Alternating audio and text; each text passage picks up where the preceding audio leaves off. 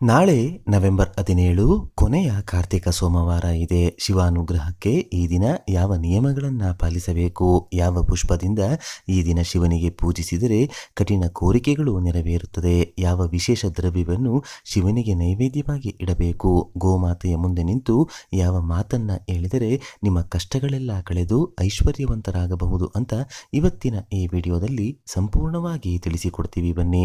ಇನ್ನೇನು ಕಾರ್ತಿಕ ಮಾಸ ಮುಗಿಯುತ್ತಿದೆ. ನಾಳೆ ಕಾರ್ತಿಕ ಮಾಸದ ಕೊನೆಯ ಸೋಮವಾರ. ಈ ದಿನ ಸಾಧ್ಯವಾದರೆ ನದಿ ಸ್ನಾನ ಮಾಡಿ, ಊರಿಗೆ ಸಮೀಪದಲ್ಲಿ ಸಮುದ್ರವಿದ್ದರೆ ಸಮುದ್ರ ಸ್ನಾನ ಮಾಡಿ, ಅದು ಕೂಡ ಸಾಧ್ಯವಾಗುವುದಿಲ್ಲ ಎಂದರೆ ಸರ್ವ ನದಿಗಳ ಹೆಸರನ್ನು ಹೇಳಿಕೊಂಡು ಸ್ನಾನದ ನೀರಿಗೆ ಗೋಮೂತ್ರ ಬೆರೆಸಿ ಸ್ನಾನ ಮಾಡಿ, ಶಿವನಾಮಸ್ಮರಣೆ ಮಾಡುತ್ತಾ ದಿನವನ್ನು ಆರಂಭಿಸಿ. ಮನೆಯಲ್ಲಿ ಶಿವನ ಫೋಟೋ ಅಥವಾ ಶಿವಲಿಂಗವನ್ನು ದೇವರ ಕೋಣೆಯಲ್ಲಿ ಪ್ರತ್ಯೇಕವಾಗಿ ಏರ್ಪಾಡು ಮಾಡಿಕೊಂಡು ತುಪ್ಪ, ಕೊಬ್ಬರಿ ಎಣ್ಣೆ ಅಥವಾ ಎಳ್ಳೆಣ್ಣೆಯಿಂದ ದೀಪಾರಾಧನೆ ಮಾಡಿಕೊಳ್ಳಿ. ಕಳೆದ ಸೋಮವಾರದಂದು ತೆಂಗಿನಕಾಯಿ ದೀಪ ಬೆಳಗಿಸಿಲ್ಲ ಅಂದರೆ ಈ ದಿನ ದೀಪಾರಾಧನೆ ಮಾಡಿ ಶಿವನಿಗೆ ಬೇಡಿಕೊಳ್ಳಿ. ಶಿವಲಿಂಗ ಮನೆಯಲ್ಲಿ ಇದ್ದರೆ ಪಂಚಾಮೃತದಿಂದ ಅಭಿಷೇಕ ಮಾಡಿ ಶಿವನಿಗೆ ತುಂಬೆ ಹೂವಿನಿಂದ ಈ ದಿನ ಪೂಜಿಸಿದರೆ ಜನ್ಮ ಜನ್ಮಗಳ ದಾರಿದ್ರ್ಯ ನಾಶವಾಗುತ್ತದೆ. ಕಣಗಲೆ ಪುಷ್ಪದಿಂದ ಕಾರ್ತಿಕ ಸೋಮವಾರದ ದಿನ ಶಿವಪೂಜೆ ಮಾಡಿದರೆ ಇಷ್ಟಾರ್ಥ ಸಿದ್ಧಿಯಾಗುತ್ತದೆ.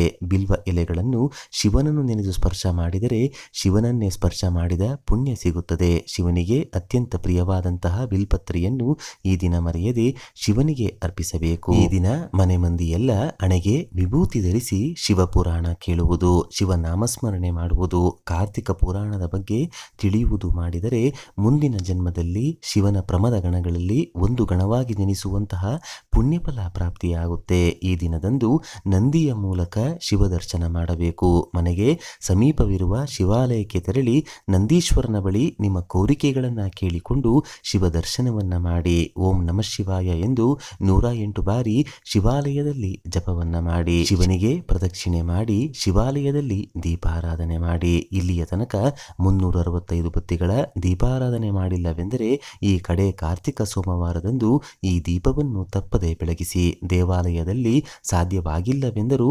ಮನೆಯಲ್ಲಾದರೂ ಸರಿ ಈ 365 ಬತ್ತಿಗಳ ದೀಪವನ್ನ ಬೆಳಗಿಸಿ. ಶಿವನನ್ನು ಪೂಜಿಸಿದರೆ ವಿಷ್ಣು ದೇವರಿಗೆ ಪ್ರಿಯರಾಗುವಿರಿ, ವಿಷ್ಣು ದೇವರನ್ನ ಪೂಜಿಸಿದರೆ ಶಿವನಿಗೆ ಪ್ರಿಯವಾಗುವಿರಿ. ಆದ್ದರಿಂದ ಈ ಮಾಸದ ಕಡೆ ಕಾರ್ತಿಕ ಸೋಮವಾರದಂದು ಶಿವ ಹಾಗೂ ವಿಷ್ಣು ಇಬ್ಬರನ್ನು ಮರೆಯದೆ ಪೂಜಿಸಿ. ವಿಷ್ಣು ದೇವರ ಆಲಯದಲ್ಲಿ ವಿಷ್ಣು ಸಹಸ್ರನಾಮ ಹೇಳುತ್ತಾ ನೆಲ್ಲಿಕಾಯಿಯ ದೀಪಾರಾಧನೆ ಮಾಡಿ. ಇದರಿಂದ ಹರಿಹರ ಇಬ್ಬರ ಅನುಗ್ರಹ ಪ್ರಾಪ್ತಿಯಾಗುತ್ತೆ. ಕಡೆ ಕಾರ್ತಿಕ ಸೋಮವಾರದಂದು ಗೋಮಾತೆಗೆ ಪ್ರದಕ್ಷಿಣೆ ಮಾಡಿ ನಿಮ್ಮ ಕಷ್ಟಗಳನ್ನು ಹೇಳಿಕೊಂಡರೆ ಇಡೀ ಭೂಮಂಡಲಕ್ಕೆ ಪ್ರದಕ್ಷಿಣೆ ಮಾಡಿದ ಅಖಂಡ ಪುಣ್ಯಫಲ ಸಿಗುತ್ತದೆಯಂತೆ. ಈ ಕೆಲಸ ಮಾಡುವುದರಿಂದ ದೇವಾನುದೇವತೆಗಳು ಪ್ರಸನ್ನರಾಗಿ ನಿಮ್ಮ ಕೋರಿಕೆಗಳನ್ನು ನೆರವೇರಿಸುತ್ತಾರೆ. ನಿಮ್ಮ ಕೈನಿಂದ ಹಸಿರು ಹುಲ್ಲು, ಬೆಲ್ಲ ಹಾಗೂ ವಿವಿಧ ಧಾನ್ಯಗಳನ್ನು ಗೋಮಾತೆಗೆ ತಿನ್ನಿಸಿ ತಪ್ಪದೆ ಈ ದಿನ ಪ್ರದಕ್ಷಿಣೆಯನ್ನ ಮಾಡಿ. ಹಾಗೆಯೇ ಈ ದಿನದಂದು ಶಿವಾಲಯದಲ್ಲಿ ಶಿವಲಿಂಗಕ್ಕೆ ಕಬ್ಬಿನ ಹಾಲಿನಿಂದ ಅಭಿಷೇಕ ಮಾಡಿಸಿ. ಮನೆಯಲ್ಲಿ ಶಿವಲಿಂಗ ಇದ್ದರೆ ನಿಮ್ಮ ಕೈನಿಂದ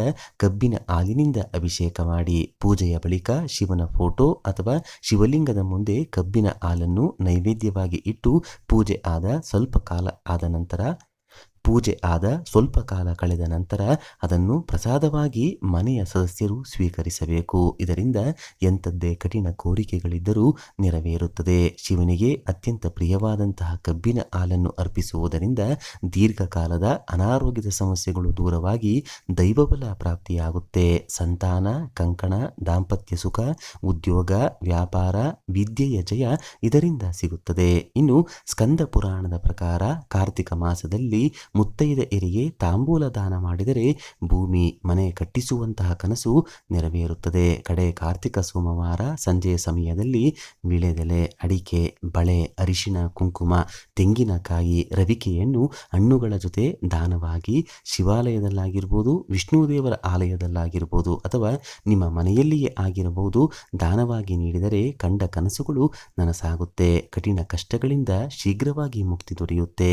ಕಡೆ ಕಾರ್ತಿಕ ಸೋಮವಾರ ಸೋಮವಾರದಂದು ನಿಮ್ಮ ಮನೆಯ ಅಂಗಳದಲ್ಲಿ ದೀಪಗಳನ್ನು ಬೆಳಗಿಸಿ, ಹೊಸ್ತಿಲಿನ ಬಳಿ, ತುಳಸಿ ಗಿಡದ ಬಳಿ, ದೇವರ ಕೋಣೆಯ ಮುಂದೆ, ದೇವರ ಕೋಣೆಯ ಒಳಗೆ ಮಣ್ಣಿನ ಹಣತೆಗಳನ್ನು ಬೆಳಗಿಸಿ ಕಾರ್ತಿಕ ಸೋಮವಾರವನ್ನ ಆಚರಿಸಿ. ಕಠಿಣ ಸೋಮವಾರ ಪೂಜೆ ಮಾಡುವವರು ಶಿವನಾಮ ಸ್ಮರಣೆಯ ಮಾಡುತ್ತಾ ಹಾಸಿಗೆಯ ಮೇಲೆ ಮಲಗದೆ ಚಾಪೆಯ ಮೇಲೆ ನಿದ್ರಿಸಬೇಕು. ಶಿವನಿಗೆ ಏನನ್ನ ಕೂಡ ಅರ್ಪಿಸಲು ಸಾಧ್ಯವಿಲ್ಲವೆಂದರೆ ದರ್ಬೆ ಕಡ್ಡಿಗಳನ್ನು ಹಾಸಿ ಅದರ ಮೇಲೆ ಶಿವನ ಫೋಟೋ ಅಥವಾ ಶಿವಲಿಂಗವನ್ನು ಇಟ್ಟು ಪೂಜೆ ಮಾಡಿ ಉಪವಾಸವನ್ನ ಮಾಡಿ ಶಿವನಿಗೆ ಕೈ ಮುಗಿಯಿರಿ. ಈ ದಿನ ಮದ್ಯಪಾನ, ಮಾಂಸಾಹಾರ ಸೇವನೆ ಮಾಡಬಾರದು. ಕ್ಷೌರ, ಉಗುರು ಕತ್ತರಿಸುವುದನ್ನ ಮಾಡಬಾರದು. ಬ್ರಹ್ಮಚರ್ಯವನ್ನ ತಪ್ಪದೆ ಪಾಲಿಸಬೇಕು. ನೋಡಿದ್ರಲ್ಲ,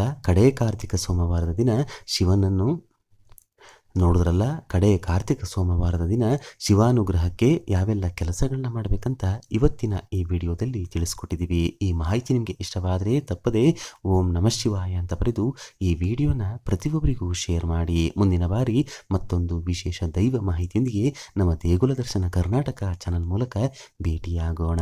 ಧನ್ಯವಾದ ಸ್ನೇಹಿತರೆ.